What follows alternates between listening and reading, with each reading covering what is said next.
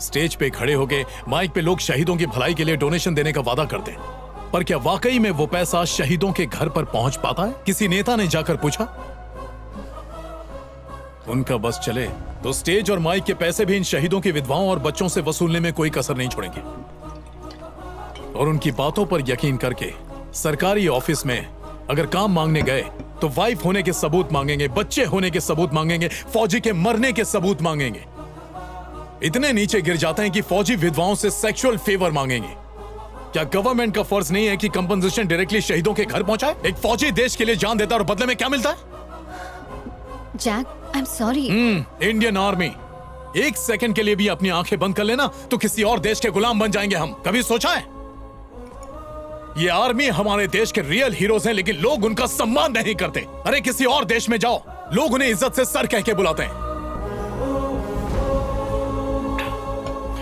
हमारे देश में हर रिश्ते का एक डे होता है। Children's day, mother's day, father's day, brother's day, Valentine's day.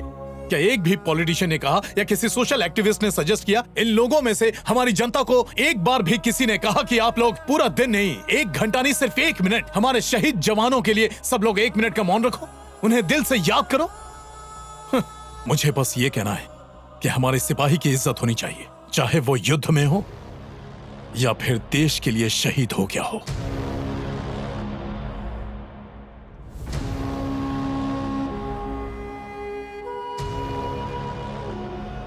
बच्चों की पढ़ाई का खर्चा हमारी सरकार उठाएगी, और सिर्फ इतना ही नहीं, उनकी पत्नी को नौकरी भी दी जाएगी। यहाँ का एमएलए होने के नाते इस बहन को अपने पांव पर खड़े होने में मैं हर संभव मदद करूंगा। उस एमएलए की बातों पर भरोसा करके भाभी ने सरकारी दफ्तरों के चक्कर लगाए। ये एमएलए के लेटर से कुछ नहीं होगा। जब आपके पास सर्टिफिकेट होगा तो आके बात करना। इस लेटर के दम पे सर्टिफिकेट नहीं बनने वाला। पैसे दो, काम हो जाएगा। सिर्फ पैसों से काम नहीं चलेगा, मुझे कुछ और भी चाहिए। तो कब मिलूं? भाभी को समझ आने लगा कि यह सिस्टम एक शहीद की विधवा को किस नजर से देखता है। इतनी जिल्लत सहने के बाद अपने बच्चों के साथ भाभी ने आत्महत्या करने की कोशिश की। खा ले बेटा।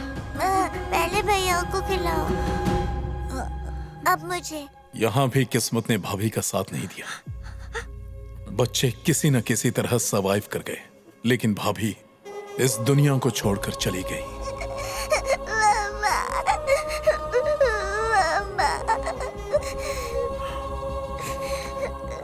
इनका ख्याल रखना। चाचू मत जाओ, मुझे छोड़ के मत जाओ। आ जाओ। चाचू मत जाओ। चाचू। अच्छा बेटा, उस दिन के बाद सिर्फ उनके लिए ही जीता हूं, और उनके जैसे और अनाथों के लिए भी। मम्मा।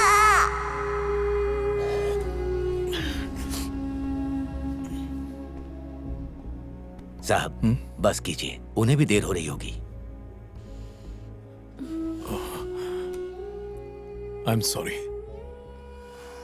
तुम मेरी अच्छी दोस्त हो, इसीलिए मैं अपने आप को रोक नहीं पाया।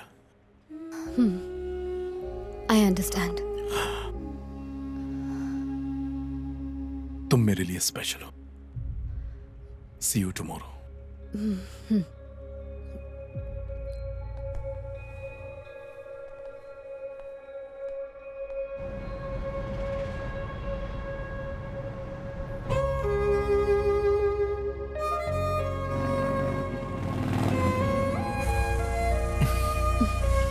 ये है मेरी दुनिया।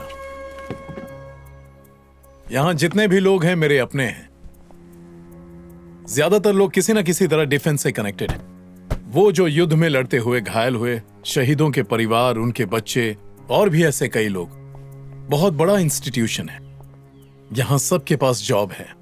130 एकड़ में फैले इस ट्रस्ट के अंदर और भी कई इंस्टीट्यूशंस हैं। आओ दिखाता हूं।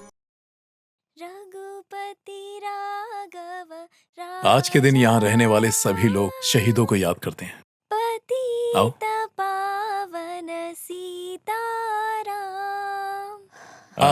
कृष्णा जी, ये कृष्णा जी हैं, यहाँ के इंचार्ज हैं। ये सुष्मिता है। हेलो। इंस्टीट्यूशन देखने आई। ठीक है। चलिए मिलता हूँ। अरे दादी आप। हाँ। लो बेटा, चाय पी लो। सबकी फेवरेट दादी हैं ये कौन है? ये सुष्मिता है। बाकी बाद में बताऊंगा। बदमाश कहीं का।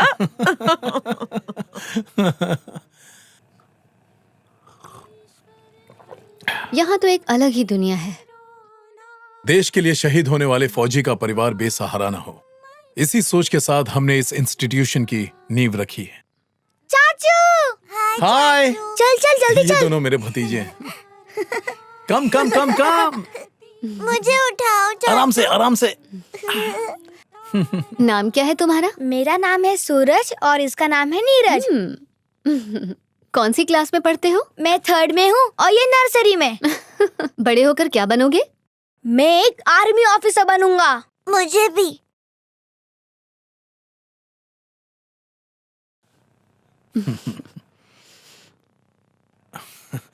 फिलहाल यहाँ तकरीबन 2000 बच्चे पढ़ रहे हैं, फ्री एजुकेशन।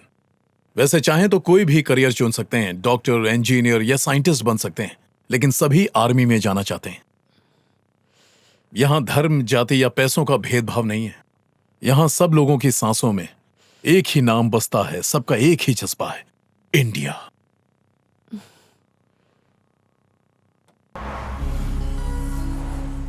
हेलो। एक लंबे टूर पर चलें? पर कहाँ? जो तुम्हारे दिल के बहुत करीब हो। चलो अब घर जाकर बैग्स पैक कर लो। फिर भी बताओ तो कहाँ? मुझ पर विश्वास करती हो? करती हूँ। सच में? ओके, तो फिर ज्यादा सोचो मत। सर, जैक गोवा जा रहा है और वहां जाके वो कुछ बड़ा करने वाला है। तुम्हें ऐसा क्यों लगता है? मैंने उसकी ट्रैवल डिटेल्स चेक की हैं सर। पिछले 6 महीनों में वो 9 बार गोवा गया है। ओह, हो न हो कोई खास वजह होगी। सर, तो हमको अब क्या करना है? सबसे पहले तो तुम्हें फ्लाइट बुक करनी चाहिए। With your permission sir. Of course. ठीक है।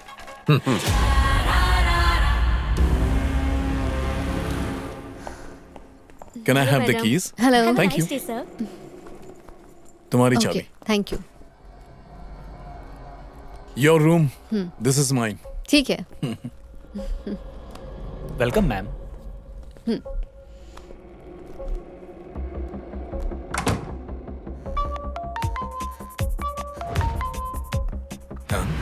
कौन है सर?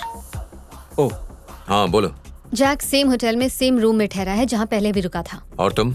मैं उसके ऑपोजिट रूम में। नहीं नहीं, तुम उसी के कमरे में रहो। उसके टारगेट का पता लगाना बेहद जरूरी है। Okay sir.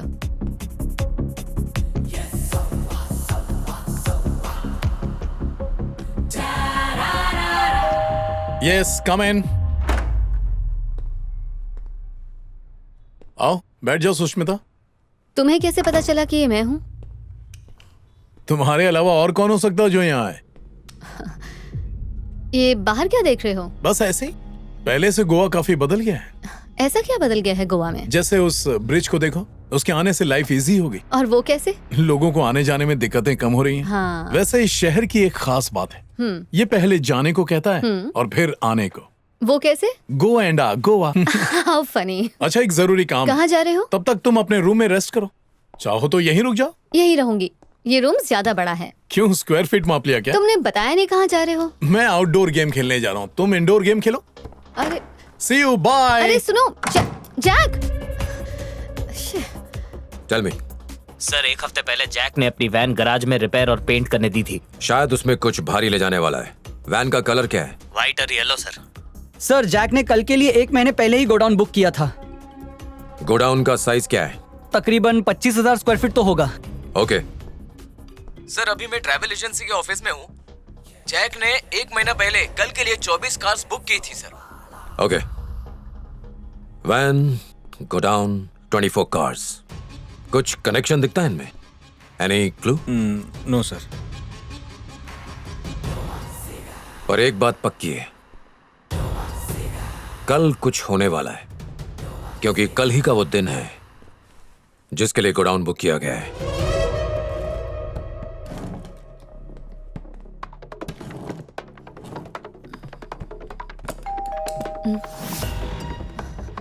हेलो मैम, आपके कपड़े तैयार हैं। Thank you. हाँ।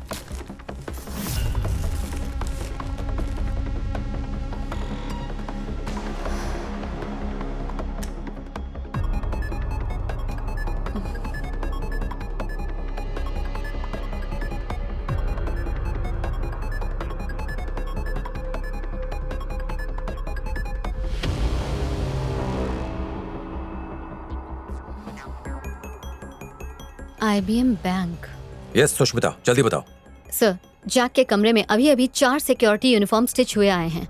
जब मैंने उसे चेक किया तो उस पर IBM बैंक का लोगो है। फिर मैंने उसके बाइनोक्यूलर से बिना उसका फोकस चेंज किए खिड़की के बाहर देखा तो मेरी नजर IBM बैंक पर पड़ी। Okay, thank you so much, मैं बाद में बात करता हूँ। Okay sir.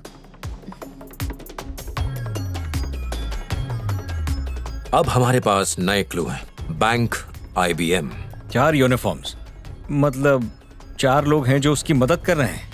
वेट, वो बहुत इंटेलिजेंट है, शायद वो भी हमें ट्रैक कर रहा हो। What do you think? No sir, I don't think so. नहीं, पर बैंक ही क्यों? उसका टारगेट तो ब्लैक मनी है। बट सर, व्हाइट मनी भी तो चुरा सकता है। अब ऐसा तो है नहीं कि हम लोग अपने और शहर इसकी में... संभावना बहुत कम है। कुछ और भी है इस IBM। प्लीज बैठो। Thank you sir. तुम्हारे लिए चाय या कॉफी मंगाऊं? नहीं सर, थैंक यू। दोस्तों, जवानी में मैं भी धांसू स्पोर्ट्समैन था। लुक्का छुपी के साथ साथ लंगड़ी टांग का गेम भी खेलता था। 3 बार ओलंपिक गोल्ड मेडल भी जीता है मैंने। 23 साल पहले यहाँ मजदूरी करके इस बिल्डिंग की ईंट से ईंट बजाई है। सर, कल रवांडा होटल में ब्लैक मनी का एक ट्रांजैक्शन होने वाला है। जैक ने बताया था कि जोगी कामले को कुवैत कंपनी के साथ डील करने के एवज में एडवांस मिलने वाला है और मैंने ये इन्फॉर्मेशन सीनियर इंस्पेक्टर हरी को दी है। कल जो पैसा चुराया वो जोगी कामले को कुवैत बिजनेस डील में मिला एडवांस था। बाकी पेमेंट बाद में लेके जाऊंगा। Yes Daniel, tell me. Sir, home minister यहाँ गोवा आए हुए हैं। उनकी इस विजिट के बारे में आपके पास कोई डिटेल्स? मुझे रिलायबल सोर्सेज से इंफॉर्मेशन मिली है। एक डील के लिए यहाँ आए हैं। यहाँ ब्लैक मनी का एक बड़ा ट्रांजैक्शन होने वाला है। इसकी इंक्वायरी करके मुझे बता सकते हैं सर? कैसे बताऊं डैनियल, पूछने पर बात घुमा देते हैं। खैर, कोशिश करता हूं।